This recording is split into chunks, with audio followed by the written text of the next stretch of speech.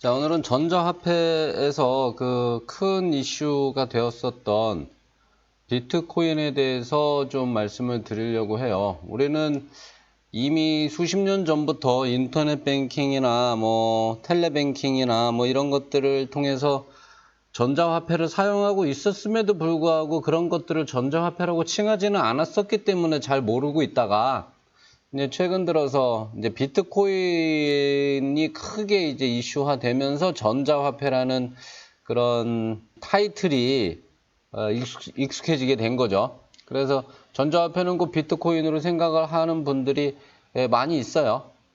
그래서 한번 비트코인에 대해서 한번 생각해 보고 갈게요. 2017년에 그 비트코인 열풍이라는 엉뚱한 일이 생겼어요. 아마도 화폐에 대한 경제학적 이해와 전산 기술적 시스템에 대한 이해를 동시에 갖춘 전문가가 드물어 가지고 서로 평가를 유보하는 바람에 마치 전문가도 특별히 문제를 발견하지 못했으니 문제가 없다는 것처럼, 혹은 현재의 전문가들이 잘 이해하지 못해서 마치 미래의 것처럼 여겨진 듯한 면이 있는 것 같아요. 왜 그 경제 전문가라는 분들도 나와서 갑자기 이제 전산 얘기를 하면서 이건 미래다 뭐 이런 얘기를 했었고요. 전산 전문가들도 어떤 그 뭐 이건 금이고 화폐고 어쩌고 경제학적인 얘기를 떠들면서 이거는 미래의 것이다라고 얘기를 했던 그런 장면들이 생각이 나네요. 그러니까 소위 전문가라는 분들이 그 자기의 전문 분야가 아닌 분야에 대한 막연한 기대로 인해 가지고 그분들도 속았던 것 같아요. 네, 냉혹하게 따져보면 각자의 전문 분야에서만 따져봐도 이게 얼마나 허황된 것인지를 알았을 텐데 말이죠. 왜 그런 일이 발생했는지 모르겠어요. 그 가끔은 그래요. 가끔은 소위 전문가라는 사람들조차도 전부 속아 넘어가는 그런 때가 많이 있더라고요. 지금 보니까 많이 있더라고요. 그리고 집단적인 어떤 그런 착각, 광기 이런 거에 열풍 이런 거에 사로잡히는 것들을 제 짧은 뭐 50년이 채 안 되는 인생 속에서도 많이 봤어요. 그러니까 역사책을 통해서는 더 많이 봤겠죠. 하여튼 보면 그런 느낌만으로 많은 어리석은 사람이 비트코인 열풍에 달려들었고, 불과 수년 전에 이렇게 바닥 0에 근접하는 수치였어요. 2013년 만에. 이게 아마 생긴 게 아마 2011년이래나 뭐 하여튼 그때쯤인 것 같은데, 뭐 1달러에 못 미치는 정도가 아니라 뭐 제로에 수렴하던 그런 값어치였죠. 코인 한 개가 이게 1달러가 25,000, 여기 지금 그 2만이 안 된 걸로 나오지만은 2017년에 뭐 순간적으로, 아니면 대한민국에서만 그랬는지 25,000달러까지 치솟았었어요. 순간적이었는지 몰라도, 그래서 그래프상이 안 나오는지 몰라도 그런 현상이 발생했어요. 그러니까 1달러로만 쳐도 25,000배의 소득을 누군가는 올렸겠죠. 갖고 있었다면. 아마 그런 사람 거의 없지만은, 이 어리석음이라는 것은 그 역사적으로 뭐 네덜란드의 튤립 투기 열풍이 있었고, 미국의 미시시피주에 투자를 하려고 했던 프랑스 회사 사기 비슷하게 진행을 시키면서 큰 투자 소래가 있었어요. 그 다음에 영국에서 남해 회사 사기라고 할 수는 없고 버블이라고 하죠. 그런 일이 있었어요. 뭐 비슷해요. 어리석은 사람들이 실체도 모르고 그냥 막 달려드는 거예요. 비트코인을 긍정하는 사람들에게는 몇 가지 논리가 있는데요. 첫째로 블록체인이란 기술로 인해서 절대 해킹이 불가하다, 즉 안전하다라는 논리를 펴면서 이것은 끝내주는 거다, 뭐 이렇게 얘기를 했었죠. 그 다음, 총 발행량이 정해져 있고 발행량이 증가할수록 채굴하기 어려운 알고리즘이라서 인플레이션의 위험이 없다, 즉 금과 같은 것이다, 그렇기 때문에 이것은 화폐다, 뭐 이런 식으로 논리를 펴면서, 그러니까 경제학적 지식이 없는 사람들이라서 그냥 막 갖다 붙이는 그런 논리예요. 그러면서 이건 끝내주는 거다 이랬고, 또 중앙은행이나 정부에 의해 관리되는 것이 아니고 사용자 모두가 견제하기 때문에 투명하게 운영이 된다, 즉 사기를 칠 수 없다, 그러니까 안전하다, 뭐 이런 전산, 앞에 1번 같은 경우에는 전산적으로 기술적으로 안전하다라는 얘기고, 이 세 번째 같은 경우에는 어떤 그 정부 정책상 뭐 어떤 경제학적으로 어떤 구조적으로 안전하다 뭐 이런 얘기를 했던 거예요. 근데 뭐 뒤에 말씀드리겠지만 다 헛소리예요. 국가가 배제되어 어디로든 제약 없이 이동시킬 수 있다. 즉 설령 불법 자금이라도 빼앗길 염려가 없다. 그러니까 뭐 다른 어떤 국가 같은 곳에 뺏기지 않는다라는 어떤 이런 논리를 펴면서 실제로 중국의 많은 부자들이 비트코인으로 뭐 가지고 있는 중국 내 자산을 뭐 해외로 빼돌리기 위해서 그 비트코인이 많이 어떤 폭등하는 계기가 됐다라고는 얘기도 있어요. 뭐 대략 이런 것들인데 그들의 논리는 많은 무지와 오해로 이루어진 것임을 설명하고자 해요. 첫째, 그 시스템의 안전과 관련해서 말씀을 드리면 현재 시중의 은행들에 의해 운영되고 있는 체계도 어차피 해킹은 불가능해요. 간혹 들리는 해킹 소식은 사용자와 시스템 사이에서 발생하는 것이지 은행 시스템의 근간을 뒤흔든 일은 없어요. 대략 이제 인터넷 뱅킹이라는 게 이제 일반인들은 그 컴퓨터로 연결을 하면 은행에 바로 접속을 해가지고 뭘 어떻게 돈을 주고받고 하는 줄 아는데 그렇지 않고요. 이 인터넷 뱅킹이라는 게 그 접속을 하게 되면은 SK나 LG텔레콤이나 그 다음에 LGU 플러스나 그 다음에 KT나 뭐 이런 데를 통해서 인터넷에 접속을 하게 되죠. 그러면 비로소 그때 인터넷에 접속을 하게 되는 거고 그러면 이제 그 은행 시스템도 역시 인터넷에 그런 인터넷 서비스를 제공하는 서비스를 통해서 인터넷에 접속을 해요. 그럼 이것은 수없이 많은 단계를 거쳐서 은행의 기관망에 접속을 하게 되는 거예요. 이 수없이 많은 망들이 전부 다 어떤 그 보안 체계를 가지고 있고요. 이런 것들을 전부 뚫고 가는 것은 사실상 불가능하거든요.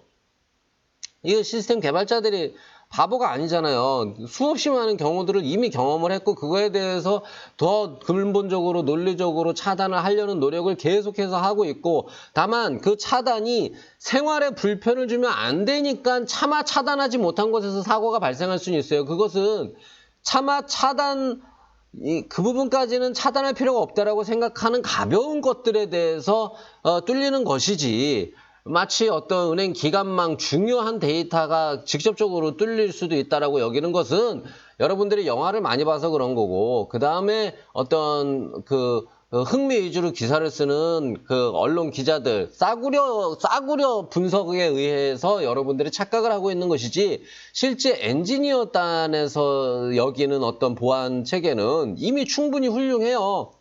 하지만 보안이라는 거는 그 도둑만 예방하는 게 강도만 예방하는 게 아니라 불 나는 것도 예방해야 되고 이런 것도 예방해야 되고 저런 것도 예방해야 되고 지진도 예방해야 되고 다 예방해야 되잖아요. 다 예방해요. 다만 예방하는데 지진을 예방하는데 진도 10을 견디겠다 뭐 이렇게 설계를 할 수도 있어요. 있긴 있어요. 근데 진도 10을 견디게끔 설계를 하자면은 집값이 3억이 아니라 한 채당 15억은 줘야 된다. 그러면 뭐 100만 년에 한 번 일어날 지진을 대비하기 위해서 15억을 쓸 필요는 없잖아요. 어떤 그런 것에 대한 그 가성비를 만들기 위한 다툼인 거지 이 보안이 불가능하다, 절대 무조건 뚫린다 뭐 이런 식의 개념은 아니라는 거예요. 아시겠어요? 굉장히 중요한 데이터는 큰 힘을 노력을 들여서라도 막고 있고요. 조금 뭐 뚫려도 상관없는 데이터들은 불편하지 않게끔 어느 정도 여지를 두기도 하고요. 뚫릴 여지를 두기도 하고요. 그렇게 하여튼 시스템은 되어 있어요. 그 다음에 제가 지금 말씀을 드린 거는 어떤 통신망상의 보안만 말씀을 드린 거예요, 지금. 그 다음에 요 안에서의 논리 체계는 또 다르다고요. 또 어렵다고요. 뭐 뚫긴 뭘 뚫어요. 그런 거 없어요. 이제 그 영화를 너무 많이 봐서 그런데요. 사실 뚫린다라는 것은 여기서 뚫는 거예요. 여기서 해커들이 하는 짓은 그리고 우리가 기사에서 보는 거는 요 수없이 많은 단계 여기 아무데도 사실은 거의 접근을 못 하는 거고요. 사실은 여기서 거의 사고가 일어나는 거예요. 그 전산적인 지식이 없는 일반인과 이 망에 최초 접근하는 일반인이 쓰고 있는 컴퓨터, PC, 핸드폰 아니면 노트북 일반인이 노트북을 하도 엉망으로 쓰니까 그 사이에서 해커들이 해먹을 것들이 있는 거죠. 근데 이거는 전산 기술상의 문제인가요? 어떤 시스템상의 문제인가요? 아니죠. 이거는 전산이건 아니건 상관없이 일반인들은 수없이 많은 오류를 원래 냅니다. 시스템과 상관없이. 이 컴퓨터가 아니라 그냥 원시 시대에 뭐 조개 껍데기를 주고받는 시스템 속에서도 사기 사건은 늘 있었어요. 그죠? 조개 껍데기를 가리비 조개로 받아야 되는데 키조개로 가져다가 물건을 바꾸는 놈이 있잖아요. 그것도 해커지 뭐예요. 그런 식의 사기는 늘 있다고요. 그리고 이제 그 데이터베이스에 대해서 블록체인은 안전하고 RDBMS라고 기존의 데이터베이스 시스템인데 이조차도 굉장히 진보했던 거죠. 이전에 데이터베이스가 있고 그 이전에 데이터베이스가 있고 있었어요. 계속. 그 진보되어 가지고 블록체인하고 이게 1대1로 대등하게 비교가 될 거리는 아니라고 보는데 여하간 모든 대체로 이 세상에 우리가 전산 시스템의 거의 대부분은 RDBMS로 되어 있어요. 이거는 관계형 데이터베이스라 그래서 데이터끼리 서로 어떤 연관성을 정보로 가지고 있는 거예요. 그래서 블록체인은 안전하고 RDBMS는 불안한 그런 것이 아니에요. 이것도 충분히 안전해요. 어느 쪽이든 시스템을 설계하고 운영하는 기술자들이 예견되는 불안전성을 사전에 제거하는 작업을 계속 번복하는 그것이 보안인 것이지 블록체인은 안전하고 RDBMS는 뚫린다 뭐 이런 식으로 생각하면 안 된다는 거예요. 그건 무식한 얘기예요. 그 현행 체계는 수십 년간 그렇게 보완되어 온 것이기에 충분히 신뢰할 수 있어요. 보안이라 하면 그 사용자와 기관망 사이에서 일어날 수 있는 오류에 대한 보안이지 여기에 대한 얘기인 거지 지금 여기에 대한 얘기를 하는 것도 아니에요. 요기에 대한 얘기를 하는 거예요. 그거에 대한 보완을 조차도 계속 해왔던 것인데 그 기간 시스템 자체의 논리는 애초부터 충분히 신뢰할 수 있는 것이었어요. 물론 완벽하다고는 제가 함부로 말씀을 못 드려요. 이것도 계속 개선되어 가고 있는 거예요. 하지만 뭐 일반인이 생각하는 어떤 그런 위험, 보안 뭐 이런 거가 여기에서 발생하고 있던 일은 아니라고요. 여기서 다 발생하는 일이에요. 애초부터 충분히 신뢰할 수 있는 것이었어요. 제가 보기엔 비트코인, 블록체인보다 더 신뢰할 수 있는 것이었어요. 비트코인은 그 짧은 경험으로 인해서 사용자와 시스템 간의 보안이 대단히 취약합니다. 요 뒤에 따른 비트코인이 좀 다른 체계를 가지고 있는데 여하간의 비트코인도 요 단계가 필요하거든요. 여하간 유저가 있으니까 유저와 비트코인 시스템과의 단말 그 말단에서 벌어지는 일이 있는데 요거는 비트코인도 어떻게 할 수 없는 거죠. 사용자와 컴퓨터 간의 관계는.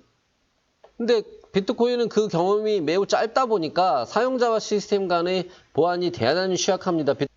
사용자의 컴퓨터에 침입하는 것은 지금도 수없이 일어나는 일이고 사용자의 암호를 알아내는 것도 수없이 일어나고 있는 일이에요. 왜 사용자는 전문가들이 아니니까 그냥 대충 쓰거든요. 예를 들어서 그 집에 디지털 도어록을 해놓는데 번호 1, 2, 3, 4로 해놓은 사람 굉장히 의외로 많아요.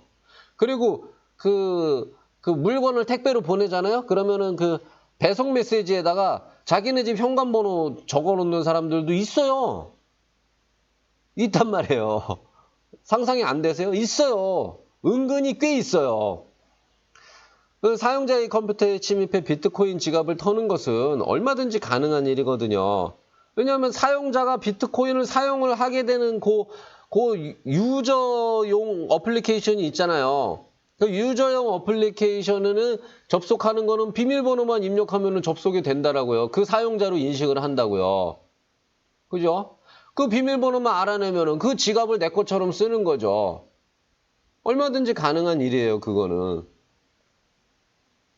오히려 기존의 인터넷 뱅킹 같은 경우에는 이거를 예방하기 위해서 수없이 많은 제도와 그런 어떤 기술들을 도입을 한 상태인데 비트코인은 아직 그런 게 없단 말이죠.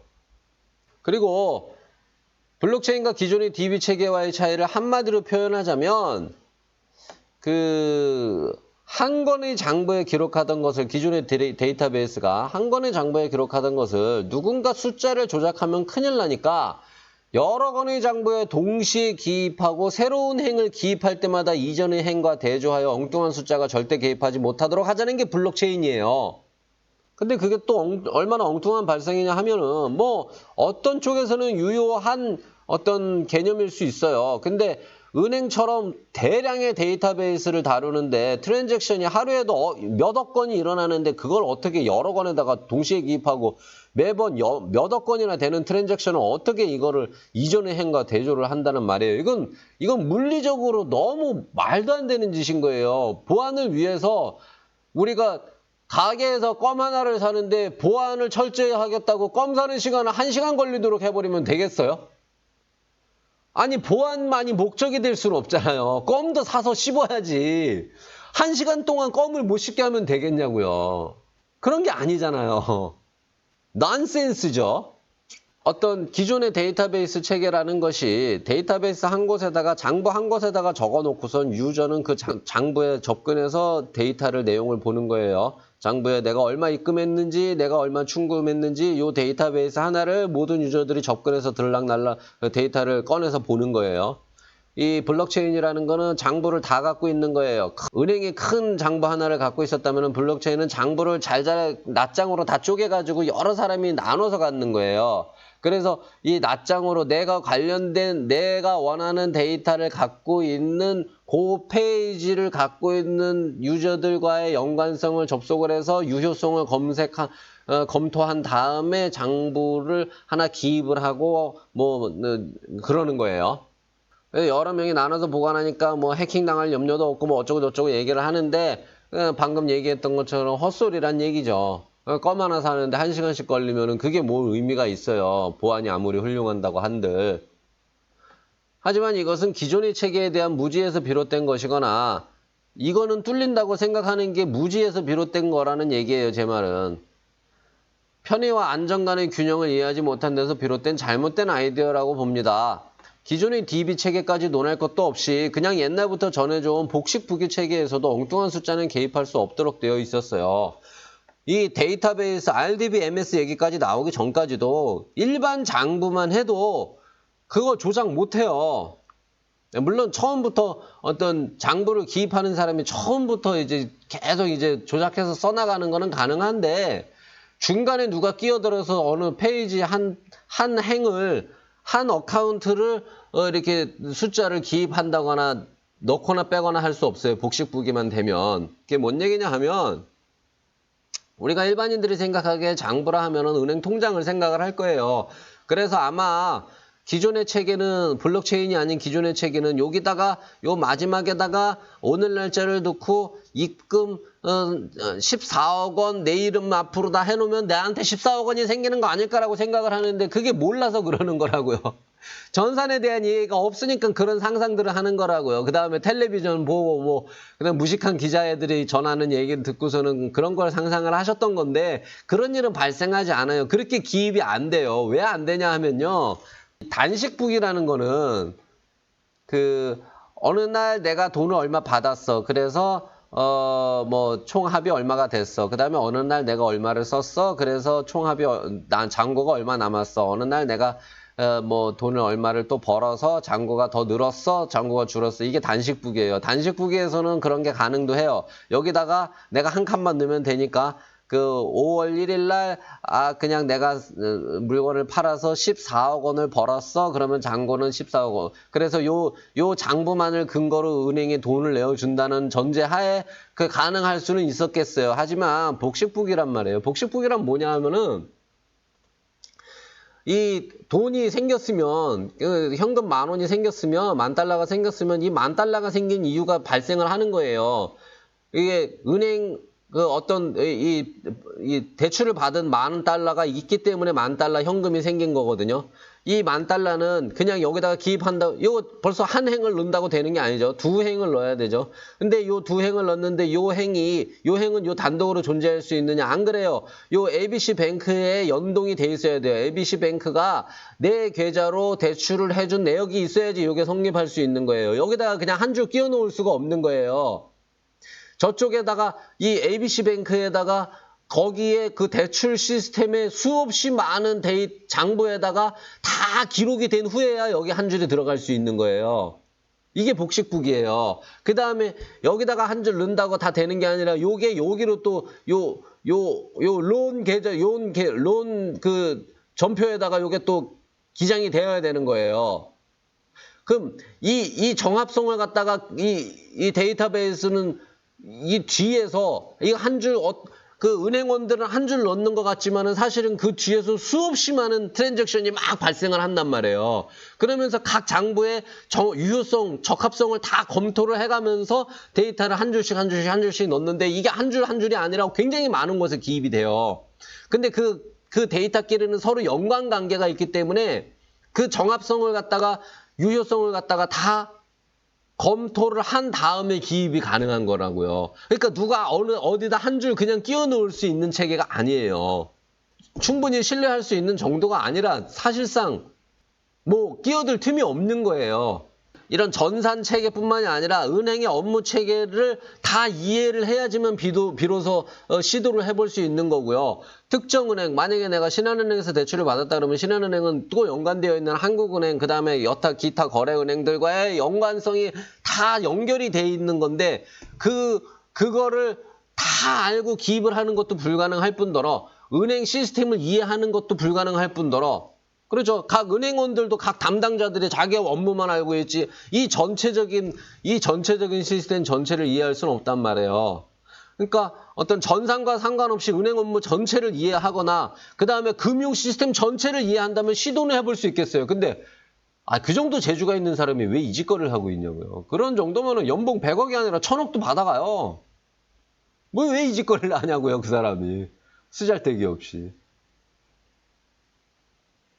이미 충분히 경고한 것을 왜인지 쓸데없이 더욱 경고히 하자면서 한 줄을 새로 기입하는데 10분에서 1시간씩 유효성을 검증하자는 발상인데 실제로 그랬어요. 비트코인이 처음에는 한 100명 쓸 줄 알고 설계를 했던 것 같은데 이게 수십만, 수백만 명이 쓰다 보니까 이 데이터 한 줄, 트랜잭션 한 줄, 그러니까 이거 한 줄 기입하는데 내가 100만 원 인출했어 라는 거 한 줄 기입하는데 시간이 1시간씩 걸리고 그랬어요. 피크 때. 이게 뭐 하는 짓이냔 말이에요. 멍청한 거죠. 무척 잘못된 것이었음에도 엉뚱이 안전성만 부각되며 문외한들에 의해 띄워진 거예요. 해석합니다. 이 문외한들에 의해 그런 열풍이 일어났다는 게. 더더군다나 소위 전문가라는 분들이 여기에 협조를 하느라고 제가 내 지식이 뭐 그렇게 낮은 수준이 아니구나를 깨우친 계기가 되었어요. 전문가들 진짜 뭐 없네 라고 생각한 계기가 되었어요, 제가. 이것도 얘기가 너무 길어져서 나눠야겠습니다. 내일 또 할게요.